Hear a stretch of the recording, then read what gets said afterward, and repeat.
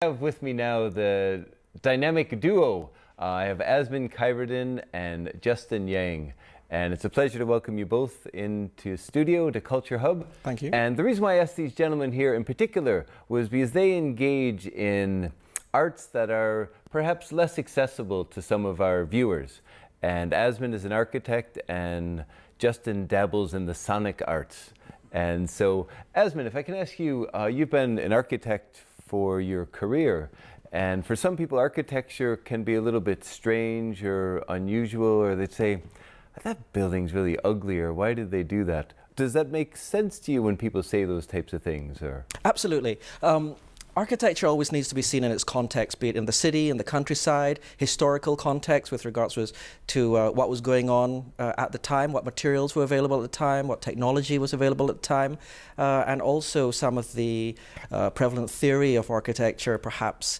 So we might take a look at modern buildings and with perhaps some disdain, some of the stuff that went up in the 1960s, which tried to do something without the technology to back it up. So we have leaking flat roofs, we have staining on buildings, etc. And yet what architects were really trying to do was push the boundaries with regards to the amount of glazing, straight lines, and react to a modernist society which was emerging post-war.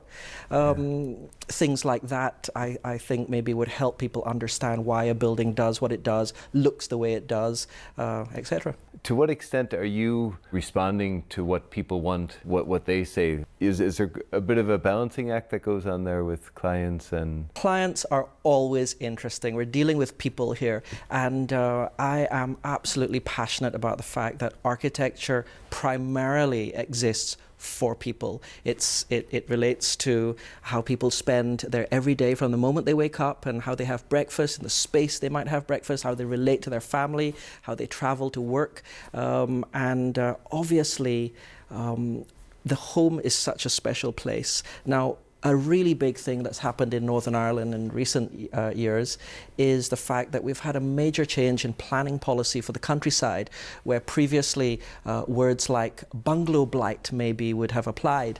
Now, since the end of 2008, there's been a sweeping change which has involved a new design guide which allows architects like me to take a look at the countryside and look at new technologies which maybe relate to eco houses and grassed roofs, walls that take in the energy from the sun and store it before releasing it into the home.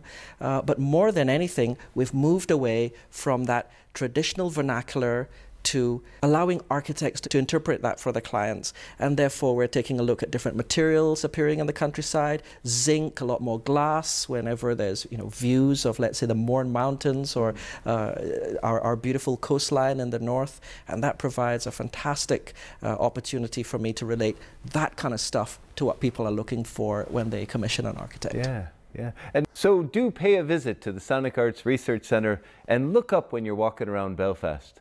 I want to thank Azman and Justin and all my guests on tonight's show. Congratulations to Philip Dorman for winning the photography competition. Visit us on www.culturehubmagazine.co.uk. Our free magazine is available throughout the city of Belfast and beyond. We're also on Facebook, Twitter, Instagram. We want to say farewell and a hearty thank you to Zachary Schmidt for all his music over the last 4 programs. We wish him well and hope to welcome him back before too long. So we will let Zach play us out with a tune of his choosing.